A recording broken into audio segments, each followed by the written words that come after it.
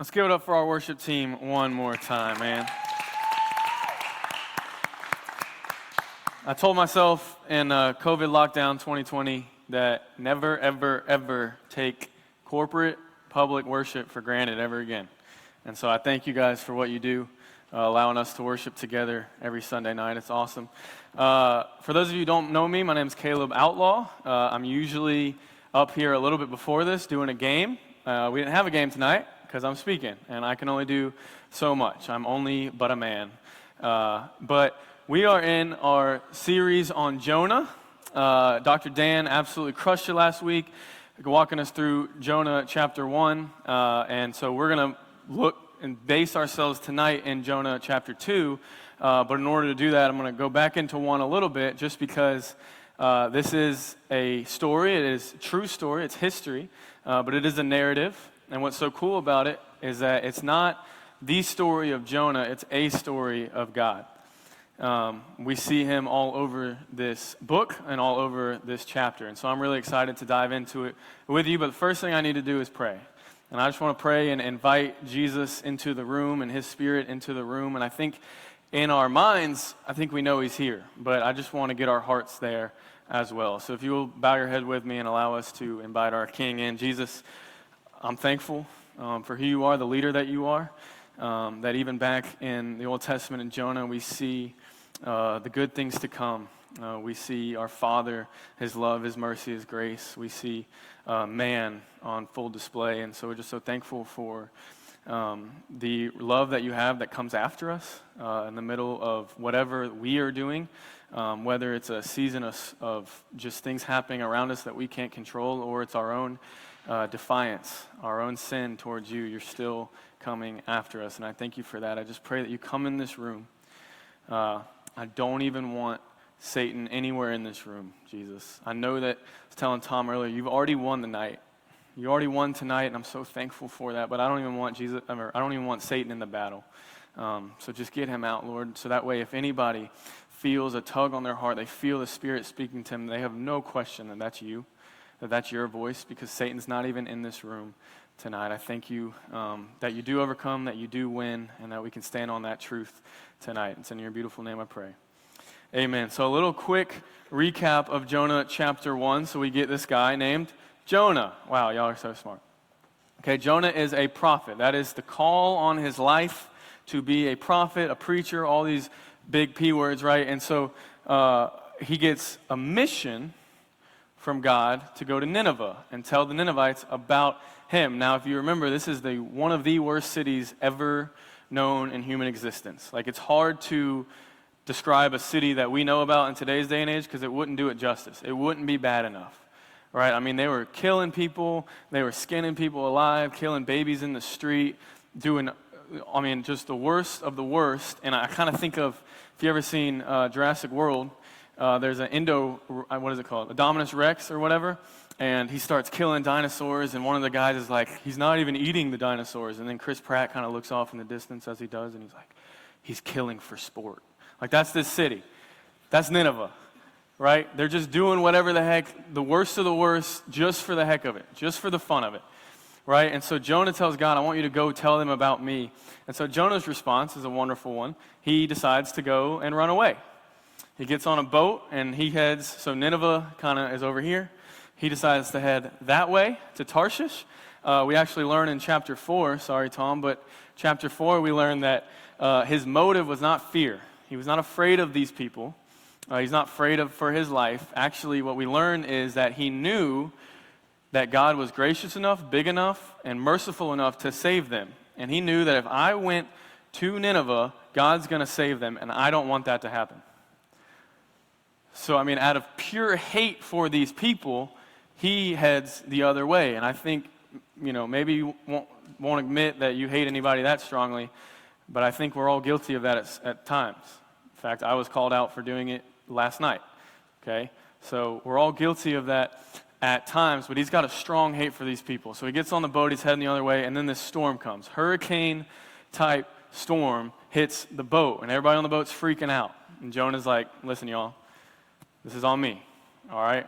I messed up. I turned against my God. He brought the storm. And so if y'all throw me off the boat right now, this storm will stop. And what I want us to understand about him saying that is that's Jonah saying, I would rather die than those Ninevites go to heaven. I would rather die if it ensures that these people end up in hell. That's his level of hate for these people, right? And so first they say no, but then eventually they throw him off, and the storm stops. And so Jonah's in the ocean, sinking to the bottom, and eventually a big fish, Bible says big fish, you want to call it a whale, I don't care. I'm going to say big fish, comes and swallows him up. Swallows him up. And that's where we find ourselves in chapter 2. But before I get there, as I was preparing and praying for this talk, I couldn't help but just think about somebody in the crowd, and maybe it's myself. Maybe I'm only preaching to myself tonight, but I couldn't think of somebody in the crowd who you know God's asking you to do something. Maybe it's not the calling on your life. I don't even know the calling on my life, but I do know when the Lord asks me to do certain things. And there's something that the Lord's asking you to do. He's been asking you to do. And if you're honest with yourself, you're going that way. And I had a football coach in high school who would always say, every single day you're either getting better or you're getting worse. Not drastically, but every single day you either step towards being a better football player, a better man, more fit, more in shape, more able to do things, or you stepped in the opposite direction. And I'm here to tell you, listen, I love you, but if God's got something for you and you are holding on to something back here, or you're moving towards something in the opposite direction, you're getting worse. You're moving yourself away from him. And you can try to tell yourself all day long that you can play both, that you can have your cake and eat it too. And I just want to say I love you, but nobody in human existence has ever played that game and won. And you're not going to be the first. Okay, and so I want us to be thinking about that as we read Jonah's prayer. And to set the stage, remember, he's in the belly of a fish. Now, if anybody's like me, you had wonderful Christian parents, and they kind of brought you up and told you about Jesus as soon as you were born, still in the hospital and all this kind of stuff. And I had a children's book Bible with all the pictures in it, and I vividly remember this picture. And I bet my mama still has it. I'm going to ask her when I go home for Thanksgiving. But it's this picture book, children's Bible, right? And there's this picture in there, and it's this guy, and he's an older guy. He's got a beard, and he's sitting in like this cave. And it's as big as the stage, just a cave, just sitting there. And he's kind of crisscross applesauce, and he's got a wood fire next to him. Not making any of this up. And he's got this look on his face that's like, oh well. And that was their picture for Jonah in the belly of the fish. Now, I'm not an Old Testament scholar. I was not there. But I am willing to bet a significant amount of money that is not what it looked like in the belly of the fish. Okay, I picture extremely tight and extremely dark, like darkness we've never experienced. And I was telling somebody else, I imagine it's so tight that he couldn't even lift his hand up to his face. But even if he could, it was so dark that he wouldn't be able to see it. And then he's in this belly of the fish for 3 days. Sound familiar? 3 days. Now I want you to think about what you were doing Thursday night at this time, and then think about everything you've done in between that, and he's in the belly of the fish that entire time. It's a lot of time to think. A lot of time to reflect. So that's where we are in Jonah chapter 2. And we read about this prayer that he has, that he lifts up to the Lord. And I want to read the whole thing and then kind of go back towards the middle and break it down just a little bit. So starting in verse 1, from inside the fish, Jonah prayed to the Lord his God. He said, in my distress I called to the Lord, and he answered me. From deep in the realm of the dead I called for help, and you listened to my cry. You hurled me into the depths, into the very heart of the seas, and the currents swirled about me. All your waves and breakers swept over me. I said, I've been banished from your sight, yet I will look again toward your holy temple. The engulfing waters threatened me. The deep surrounded me. Seaweed was wrapped around my head. To the roots of the mountain I sank down. The earth beneath barred me in forever. But you, Lord my God, brought my life up from the pit. Now that sentence right there, that's my testimony. I'd love to tell you about it. I don't know if that's anybody else's testimony, but you brought me up from the pit. When my life was ebbing away, I remembered you, Lord, and my prayer rose to you to your holy temple. To those who cling to worthless idols, turn away from God's love for them. But I, with shouts of grateful praise, will sacrifice to you. What I have vowed, I will make good. I will say salvation comes from the Lord. So first thing, I want to talk about the first thing he says in this prayer, verse 2. He says, in my distress, I called to the Lord, and he answered me. From deep in the realm of the dead, I think some of your scriptures might say deep in the realm of Sheol, right? As close as you can get to death, I called for help, and you listened to my cry. Now, when I first read this, when Tom asked me to speak on chapter 2, and I was super confused about his wording. Like in chapter 1, he doesn't cry out to the Lord. He doesn't call for help. And so I began to get real twisted about in this part of the prayer, but then the Lord dropped a bomb on me. And later this week, I'm actually speaking somewhere else on Philippians 1:21, which is Paul, and Paul's in prison, right? And so from prison, Paul says, to live is Christ and to die is gain. And the whole time I'm preparing for these two talks, I'm Jonah and Philippians. And it wasn't until this very morning that the Lord hit me in the face and said, you're missing it, dude. I've got you preparing for both of these at the same time for this very reason, because right here in Philippians 1:21 and in Jonah 2:2, Jonah and Paul, their hearts are in the very same place. Paul says to live is Christ, to die is gain. Meaning, whether here on earth or in the next life, Jesus is better. Whether in prison or in heaven, Jesus is better. Whether I'm being beaten or I'm being healed, Jesus is better. And right here, after 3 days in the belly of a fish, Jonah finally gets it. He finally gets it. That Jesus in the storm, being in the middle of the storm with Jesus, is far greater than being on dry land without him. Being in the middle of the storm with Jesus is far greater than being on dry land without him. He says from deep in the realm of the dead. Like he had never been closer to death in his life. Like I don't know a ton of people, but I've never met somebody who would be in the belly of a fish and not be able to tell themselves, this is it. Like we know the end of the story, right? Because there's a Jonah 3 and 4. And so yes, he makes it out of the fish. Sorry about that. But I don't think that he knew that he was going to make it out of the fish. And yet his cry, his first thing that he wants the Lord to know is how grateful he is that he called his name and he showed up. Because being in the belly of the fish with Jesus is much better than anything else. And then we go down to 4-7. It says, I said, I have been banished from your sight, yet I will look again toward your holy temple. The engulfing waters threatened me, the deep surrounded me, seaweed was wrapped around my head.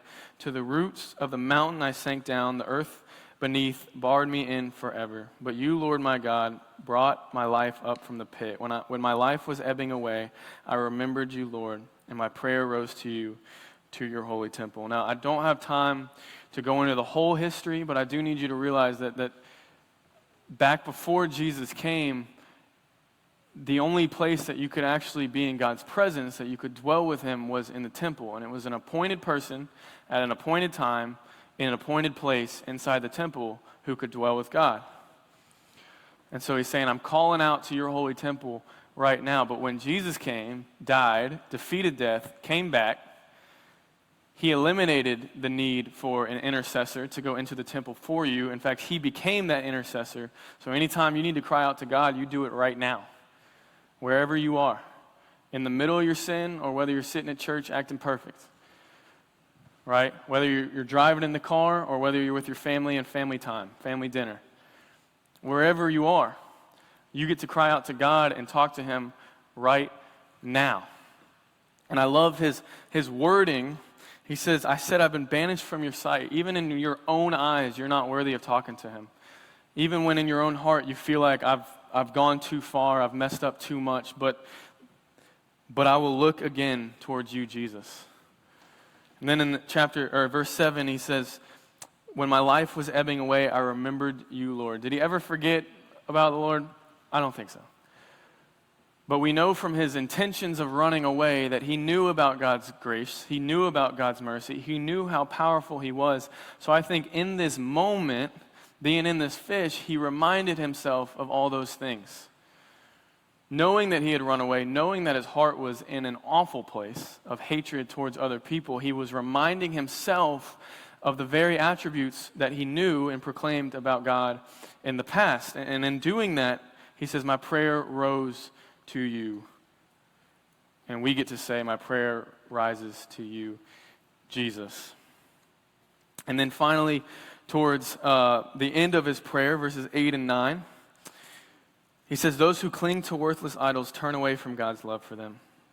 But I, with shouts of grateful praise, will sacrifice to you. What I have vowed, I will make good. I will say salvation comes from the Lord. So I want to go talk again back to my brother or sister who knows. I don't have to convince you. You know the Lord's asking you to do something. He's been asking you to do something. And your heart is this way. Or I'm holding on to this. Maybe you don't want to admit that you're like Jonah, who got in a boat to go to a different city across Europe. But if we're able to be honest with yourselves, you're not moving towards this thing that he has from you. You're going the other direction. Your shoulders are turned. Instead of looking at what he has for you with your eyes up, you are making your way this way, away from him. And this is where we see Jonah coming to the realization that he can't have what he wants and what God wants. One of them's got to go. He says, those who cling to worthless idols run away from God's love for them. Listen to me, I tell you in love, I promise you, but if you've got something over here that you think's better for you, that you would rather have than what God has for you, that you're holding on, whether it's out of fear or out of just being rebellious to God, there's something that you're looking at and you are turned away. You are turned completely. Because what I said earlier, you cannot be in the middle and play both sides. It's just not possible. But Jonah gives us two things to do if we recognize that we're in this place and want to turn our shoulders. The first thing he says is that with shouts of grateful praise, I will sacrifice to you. You got to sacrifice whatever this is. You got to give it up. And I love so much, I looked up in Webster's dictionary, because I'm such an intellectual. But the definition, according to Webster's dictionary, of sacrifice is the destruction or surrender of something for the sake of something else. The destruction or surrender of something for the sake of something else. And I love that that's what they put. Because if you've got this thing and your shoulders are here, yeah, you've got to surrender it to the Lord, but you've got to destroy it. You've got to get rid of it, destroy it. And so that way when you do turn your shoulders and your eyes are up, there ain't nothing that you can go back to. It ain't even there anymore. So your only option is I'm going to head this way and I'm going to have my eyes on Jesus, because not only have you surrendered this thing over to him, given it over to him, knowing that he's in charge, but you've destroyed all your ties to it, you've gotten rid of it, and there ain't no going back. And then the second thing that we learn to do is when he says, I will say salvation comes from the Lord. See, what Jonah's saying here is he's recognizing, he's coming back to the place of knowing who saved his life. That I had nothing to do with it. There was nothing that I did to deserve it. There's nothing that I did to line myself up with salvation. There's nothing that I could possibly do. It was God who saved my life. It was God who pulled me from the pit, as he talks about earlier. And so my life is not even mine. Like, I can't make this decision because my life is not even, it doesn't even belong to me. Every time that I've done something according to my way, every time I've tried to do it how I want it to look, it has not turned out good. But every time that I've followed God's voice and done what he's asked me to do, eventually in the end, it turns out good. And I look back and I thank him for leading me in that way, guiding him in that way. And so Jonah says, salvation comes from the Lord, reminding himself that his life is not his own. Now, right after his prayer, or actually two things I want us to notice about his prayer as a whole. Number one is almost all of it is not Jonah's words. Very few things he says in there are actually from his own mouth. He's quoting Scripture almost the entire time. The majority of it coming from the Psalms, some of it from other Old Testament writers. But he's not relying on himself to come up with something new in this prayer. He's just reminding himself of the truths that he already knows. He's bringing up the truths that he already knows. Now remember, this isn't shocking to us. He's a prophet. So while you've grown up going to school and doing extracurriculars like dance or art or sports, this dude spent that whole time memorizing the Old Testament, memorizing the truths of God's Word. And so it's not surprising to us that he would know this, but he's using the truths that he knows, that he built into his heart, instead of just trying to come up with praise and requests on his own. The second thing I want us to notice is that not once in this entire prayer, I didn't say it, you won't find it, not once did he ever ask to get out of the fish. Not once does he ever request to be out of the storm, for things to calm down. Now let's think about this. He's in the belly of the fish for 3 days. But his prayer that we read about, now I'm sure, homie's human, right? So I'm sure there was some requests being made towards the beginning.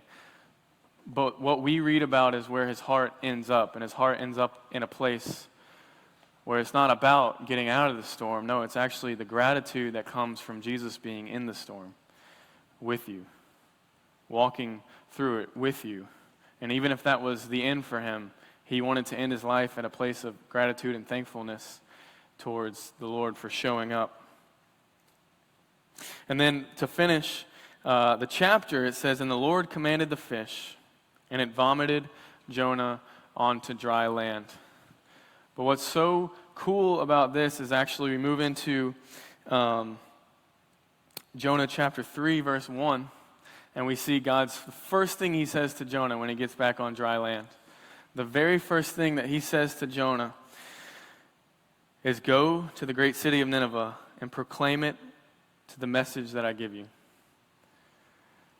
See, God bringing us out of the storm is not so that you can feel better. It's not so that you can be more comfortable. See, he's not going to turn your shoulders from this direction to just a place where, okay, you feel good now. You're no longer in the storm. Everything's peaceful. Everything's calm. No, he takes you from there so that you may go and do what he originally asked you to do. And so if there's a storm in your life, and maybe even possibly, like Jonah says, you brought it on yourself.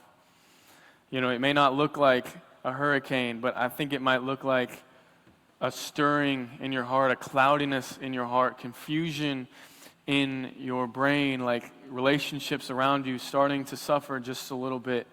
Spend half your energy trying to figure out, does everybody else see something wrong in my life?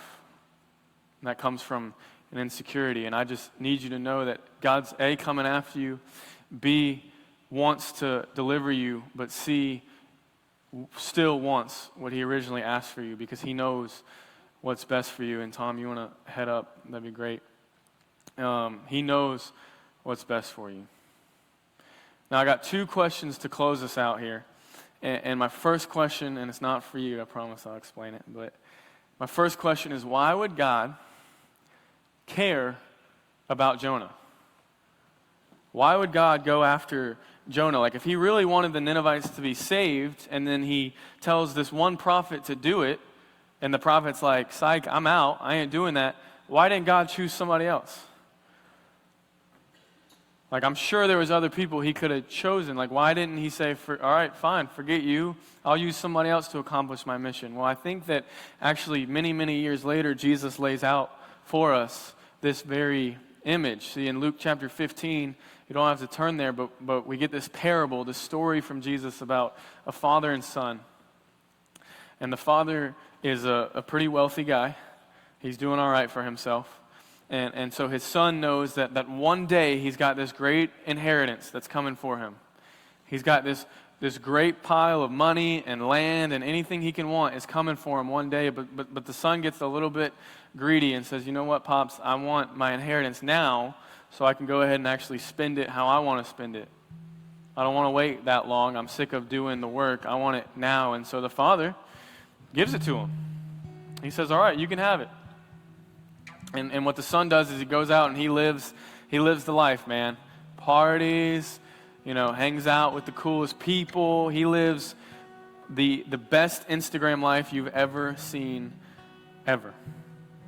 But where it leads him, before he even realizes it, is broke, lonely, and he's racing pigs to dinner so that hopefully he can get some food before they finish everything in the trough, right? And so he eventually becomes so desperate that he kind of crawls his way, metaphorically, back to the father's house, having no idea how the father is going to respond, having no idea if he's going to be welcomed back, because he knows what he did was despicable and horrible and totally against the culture and the way that his father would have wanted it to be. But to his surprise, as soon as he gets within sight distance, the father jumps up from where he is to go run after him, greet him with a hug, with joy, with kisses. He gives him his jewelry, his robe, which is a symbol of, hey, you're back, you're in my family. Not only are you in my family, but you are elevated, right? You are put in a place of stature. Immediately, he calls for everybody to come celebrate. Let's have a feast. My son has returned. And I think for us in this day and age, it makes me so sad, but I think for us, that's a really sweet story. But back then, to the people that Jesus was talking to, this would have blown their minds. That a man of that stature, a man of that wealth, a man of that respect would not only run, but would risk his dignity to go run after his son who had disgraced the family, done what nobody in that culture would have done, which is ask for his inheritance early, and then go waste it all. They would have been in utter shock about the story that Jesus is telling, and yet that's how he describes God's love for us.